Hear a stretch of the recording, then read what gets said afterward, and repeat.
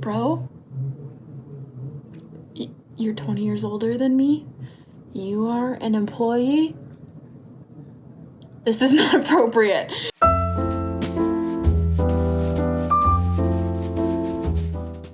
Hey guys, and welcome back to my channel. As per my usual, it's been quite a while. You know how I be. I really need to change the banner in my channel header because it reads like I upload videos every Sunday.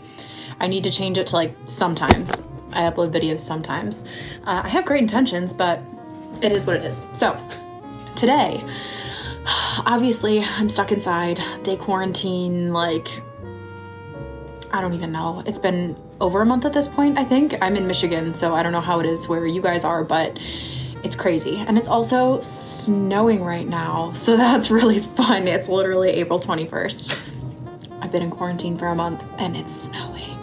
But anyways, I wanted to do a quick story time just to kind of get back into things and at least throw something up there. I have a video that is like 10 minutes away from being completely edited. That's been that way for like 2 months. So we're just gonna do a quick little story time to get started. And this is about one of the completely ridiculous employees that my husband and I have had to fire over our years in business. And I have dog 1 and dog 2. So if you hear any interruptions, it's probably just them. But this employee in particular, we had to fire because he got pretty creepy in a sexual way. So that is, yeah, I figured that would be a really easy, quick story time that I could throw up here that is at least decently interesting to me. But this happened 2 years ago when my husband and I moved down to Guatemala. Now I've gotten some crap for saying that we moved to Guatemala because we were there for 3 months. But when we went down there, we did not know how long we were going to go down there. There's a whole video about my time in Guatemala. Actually several. That's when I started my channel, so there's a decent number of videos about our experience in Guatemala. So I'll link those up here and you can watch those. But we actually ended up selling our condo and packing everything up and going down to Guatemala for, we didn't know how long it was gonna be. Oh, you have a notification. We ended up being there for 3 months. My husband and I have an online company in the sales and marketing space. Okay, that allowed us to kind of pick up and move and work from wherever we wanted, which was awesome. It was amazing. It kind of allowed us to dip our toes into the whole digital nomad thing, which was super, super fun. And I would highly recommend it if you get the opportunity to do so. But what we did when we were down there was we hired a bunch of Guatemalan people who were living in Antigua specifically, to work with us. So we would get together, work as a team every single day. We worked from a number of different places and had a really, really fun time. We tended to like bond really quickly with our employees. We loved, like, we would have drinks every Friday at like 5 o'clock, and we really enjoyed like spending time with our employees, getting to know our employees, and they became like our friends, which was really not a good idea, but whatever. We made friends with some really, really lovely people, worked with some really lovely people, but then there were also a few who were sketchy as heck. And this guy was one of those. For the sake of this video, we will call him Joe. Now, Joe was from Guatemala, but you wouldn't have known that if you met him. He had no accent whatsoever. I believe he had lived in the US for a couple of years. I feel like it was like Texas or something. I don't remember. But so Joe was in his 40s, and he was very much a Chad, if you know what I mean. If you know what a Chad is, he was a Chad. Very like douchey and very like huge womanizer, very like smooth and suave, just a Chad. This guy had come highly recommended to us. We had met him and Stephen had interviewed him for a little bit before we decided, okay, we're gonna hire this guy. And so we hired him, and this is when we were working at one of the hostels that we worked at, which I have a whole story time that I recorded and edited about them, because it was a really bad situation, but I don't know if I'm gonna post it because they already threatened legal action against me. Anyways, so this is when we were still working at one of the hostels that we had worked at while we were in Antigua.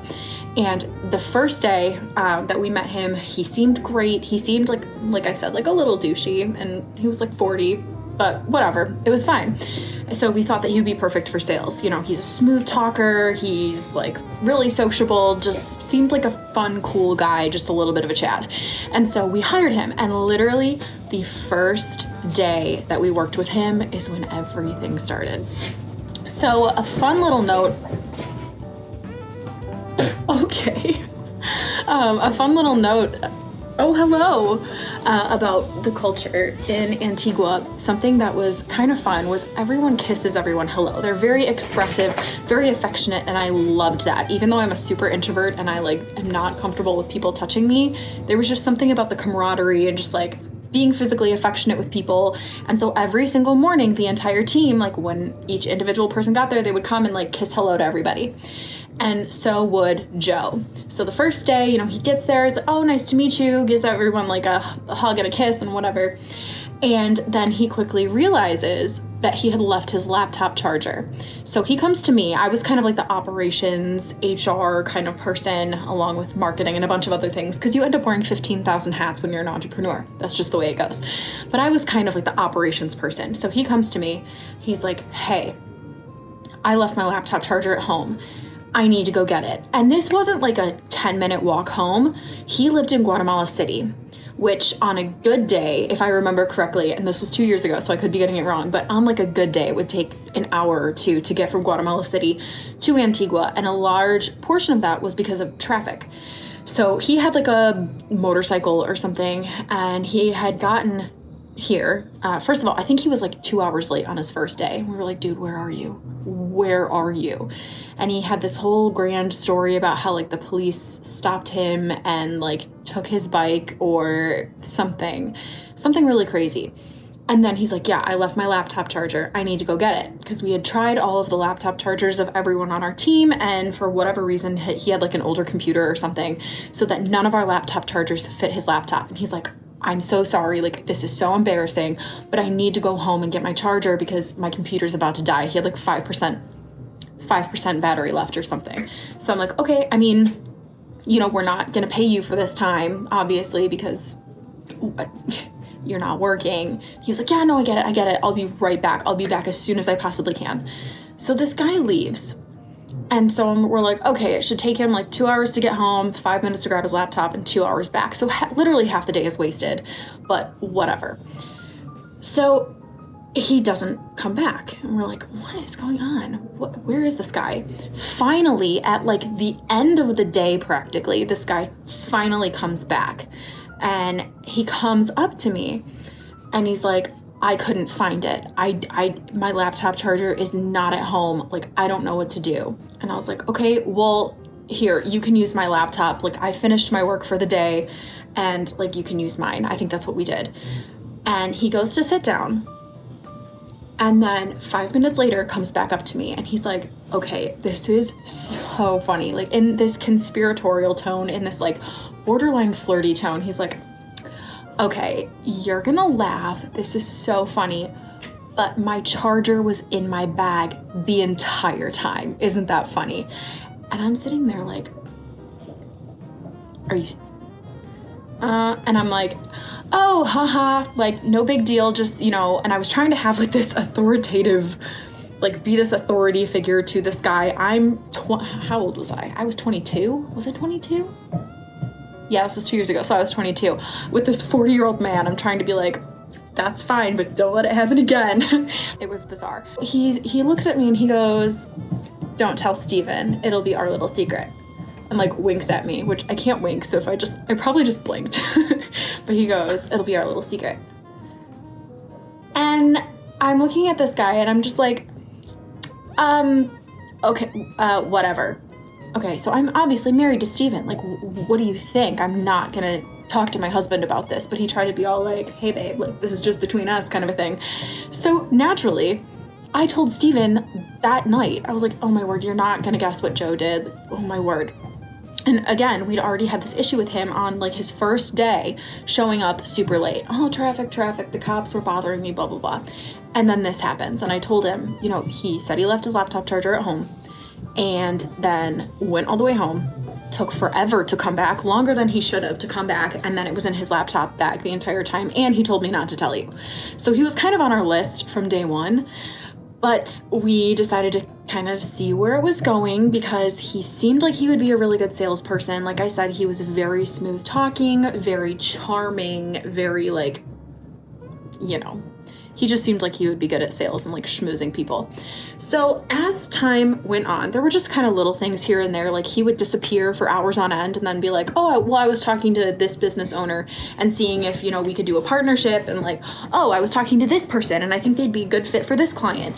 So he always had some kind of an excuse as to why he was just missing. Like he would just go missing randomly and then show up and be like, oh, I was doing all these things, but he never actually sold anything. Like he didn't get results for anything that we put him on. So we're kind of getting a little wary. My dogs are chewing their bones. That's what that ridiculous noise is behind me. So we kind of just carried on because, you know, when you're in sales, it can kind of take a little bit to get going and get some traction. And so we didn't want to just be like, okay, nope, you're out, you're fired because you're not getting any results. We get it. Sometimes people need a little time to build up and whatever.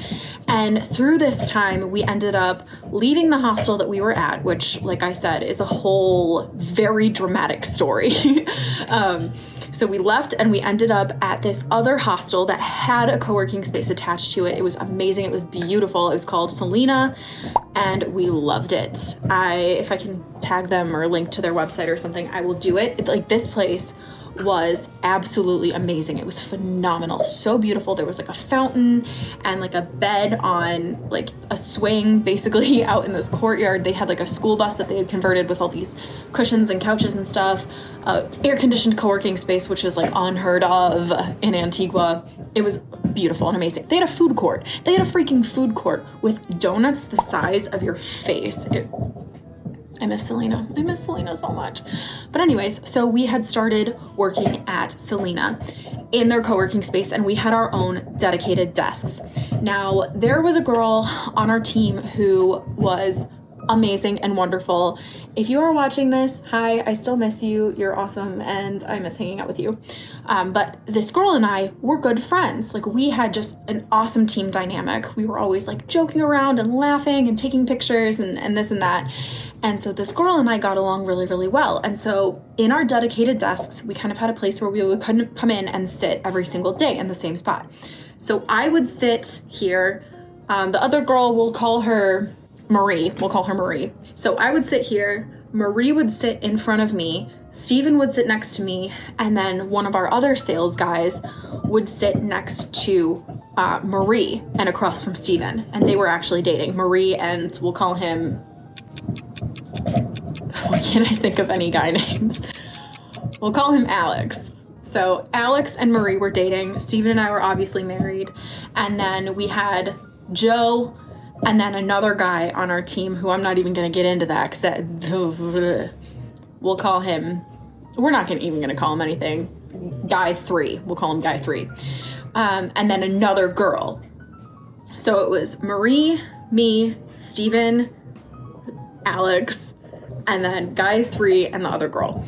And then Joe wouldn't sit with us. Like he refused to sit with us. Oh, and the other thing was, after I had told Steven about him, like the whole laptop charger fiasco, and Steven had talked to him about it, Joe ignored me for days. Like he would kiss everyone hello except for me. Like he would not even look at me. Like he was clearly very pissed. I'm like, do you think that you're punishing me by not coming and kissing me hello? Like, are you serious right now? He was pissed and like would not talk to me. If I said hello, like he wouldn't even look at me hardly.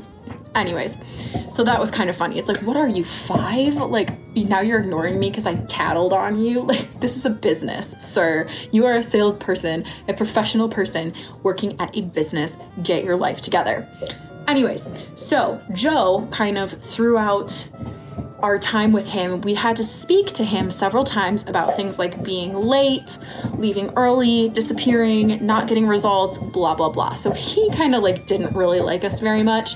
And while the rest of us were at our assigned co-working seats, he would go off in the bus and just like chill in there by himself.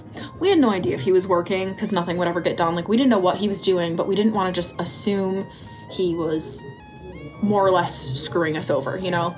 So he would go off in the school bus by himself and just hang out in there all day while the rest of us worked. Well, Steven and Guy 3 was actually our videographer. We hired a videographer because we were trying to get into like different kinds of media and create, you know, campaigns and all kinds of sales content and things like that.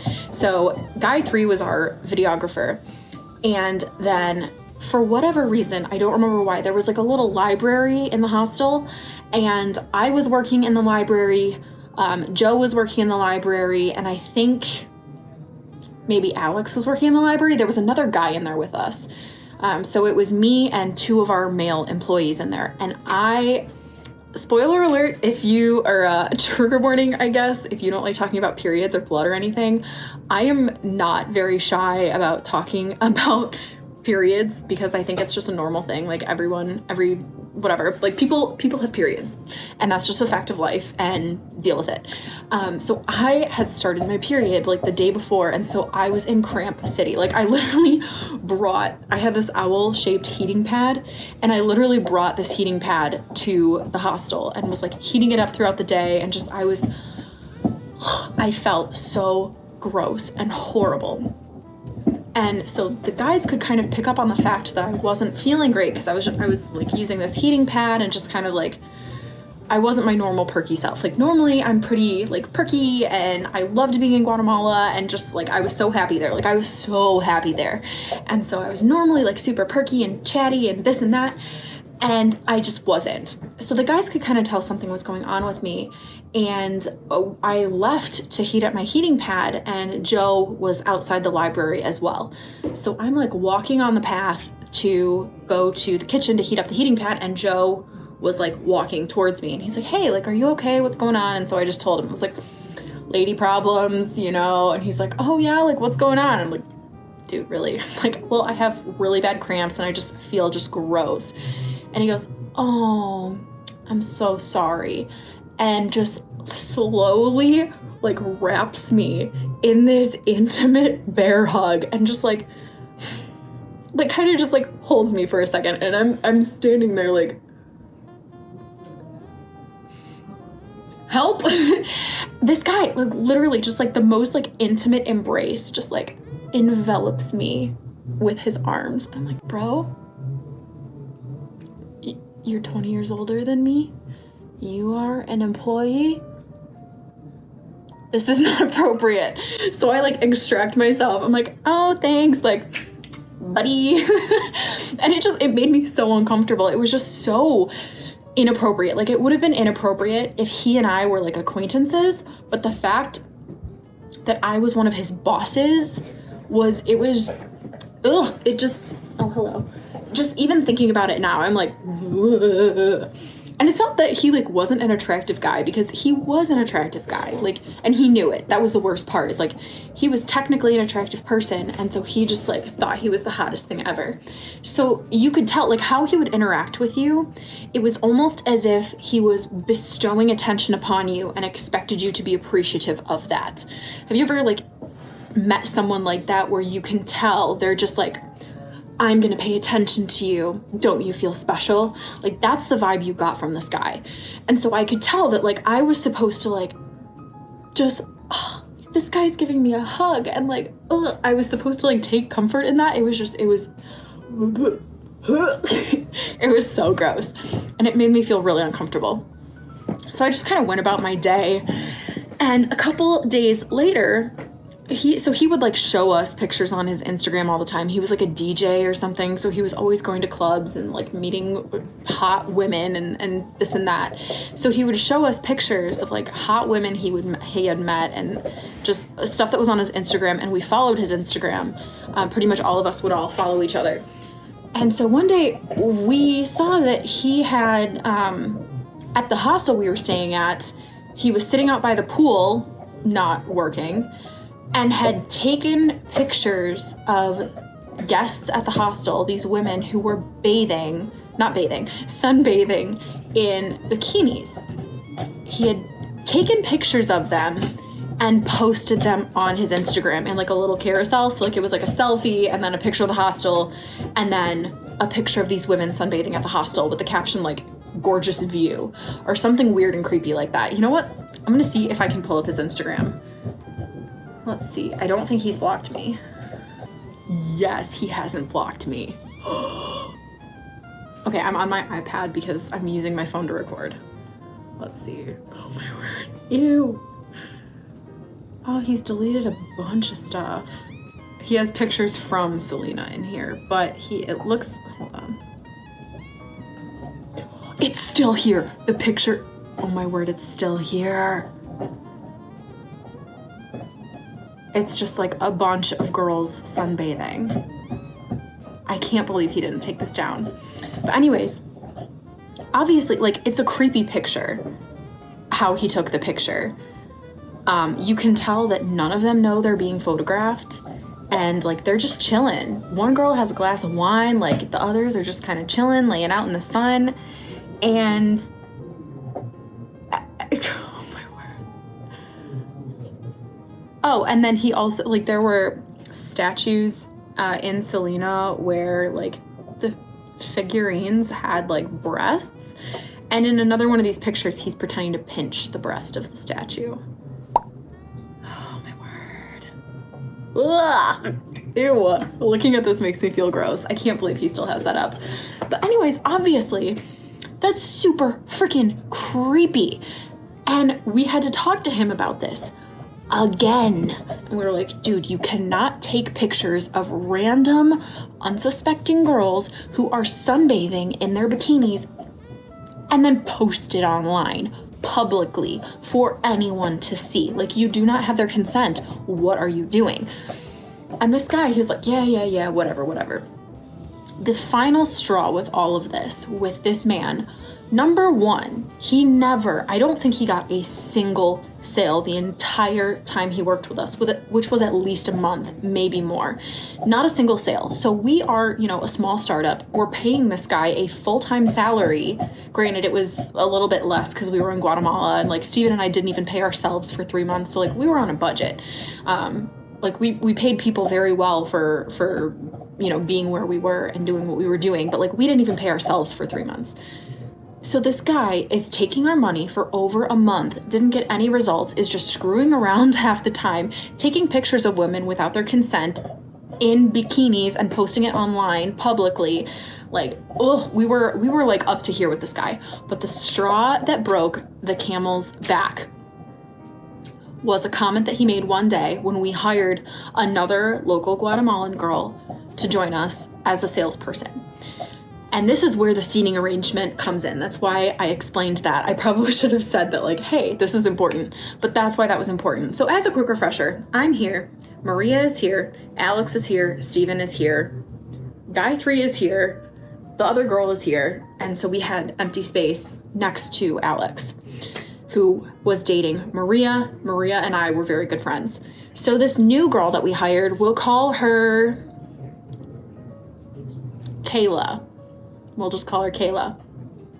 She joined us. She and I hit it off right off the bat. And so me, Kayla, and Maria would just talk and talk and talk. We were laughing and chatting, and we got along great.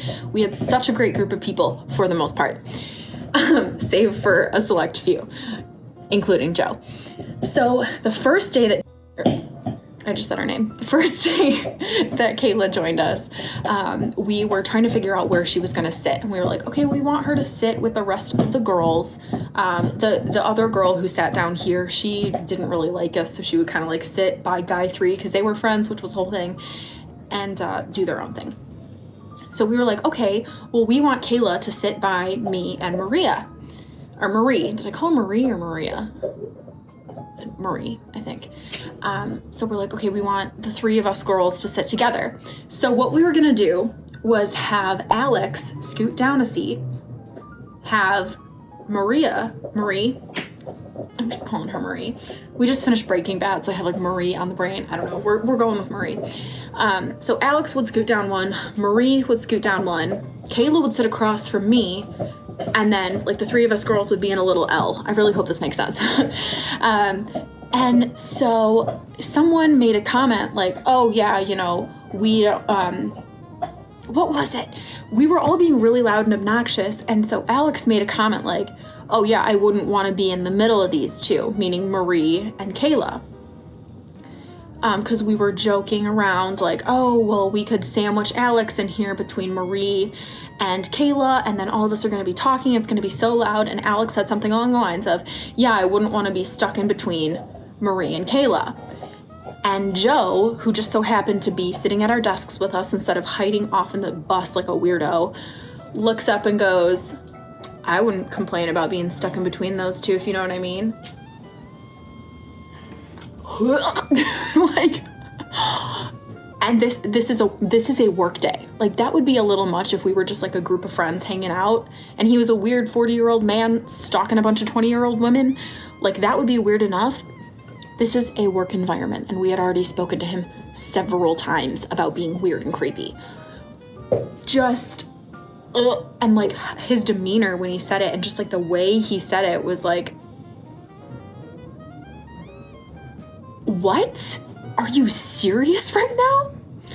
And that same day, so like the straw had already broken the camel's back, but what completely like blew up the entire camel, like forget the camel's back, what blew up the entire camel was I had been talking about getting my nose pierced, which obviously I ended up doing, which I got done in Guatemala. It was this whole thing. I vlogged it, so I'll link that here if you want to see that.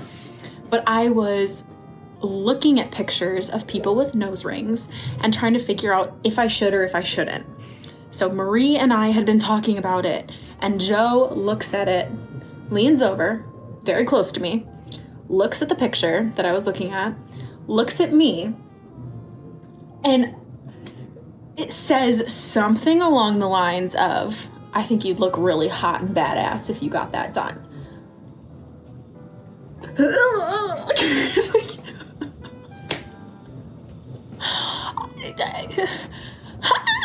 If I didn't even work with them, I'm still your boss's wife. But no, I am your like HR person. You have to answer to me like I am your boss too. And he's telling me I would look super hot and super badass if I got my nose pierced. So yeah, at that point I was like, all right, it's time to go. Like, I pulled Stephen aside. I was like, yeah. Insert the gif of like Jonah Hill being like no, we were done. We were done with Joe. And we fired him. And he tried to make up he came up with some story about going to Bermuda. And we were like, yeah, sure, okay, whatever. So he tried to like save face with everyone else in the company and be like, oh, I've decided to take an opportunity in Bermuda. I'm going to be traveling to Bermuda. And this guy had lied so many times throughout the time that we knew him. So we were like, yeah, sure, of course you're going to go to Bermuda. Something about some coffee business, or I don't even remember. But basically, he saved face with the employees, and we weren't going to blow his cover. We weren't going to be like, no, we fired you because you're creepy, and made sexual jokes and comments about multiple employees, including your boss, posted pictures of women in not a lot of clothes without their consent on the internet. Like, the hug alone, we weren't going to blow his cover and be jerks, even though we pretty much were well within our rights to do so. But yeah, he tried to save face with the rest of our team by being like, oh, I've taken a job in Bermuda and I'm just gonna run along to Bermuda and we'll see what happens. And we were all like, yeah, sure, of course. He actually ended up going to Bermuda and is still there. So, I mean, like, we thought for sure, in like a couple days, he would be posting stuff at some club in Guatemala City or something. But no, he actually did go to Bermuda. So we definitely should have fired him like the first day he started with us after lying about the laptop charger thing. Like, I think he just wanted to set the precedent of he comes and goes as he pleases. I don't know, but this guy was creepy. He didn't do anything for us. Maybe he tried his best and he just was really not great at sales, but we paid him a ton of money and he didn't really do anything. And then he made a whole bunch of really, really weird, creepy comments and gestures and just was a generally creepy person. So that is the story of Joe and his involvement with our company, and why you need to be really careful the people that you hire and have a certain threshold for what you will tolerate. So that's pretty much it. I hope you guys enjoyed this story. I have a bunch of other crazy stories from working in Guatemala, working in Barcelona, traveling around, even just stuff that's happened while we've been stuck at home like we are right now. Like hopefully you are social distancing and doing your part to flatten the curve. But yeah, let me know if you guys enjoyed the story. Give it a thumbs up. Make sure you hit the subscribe button.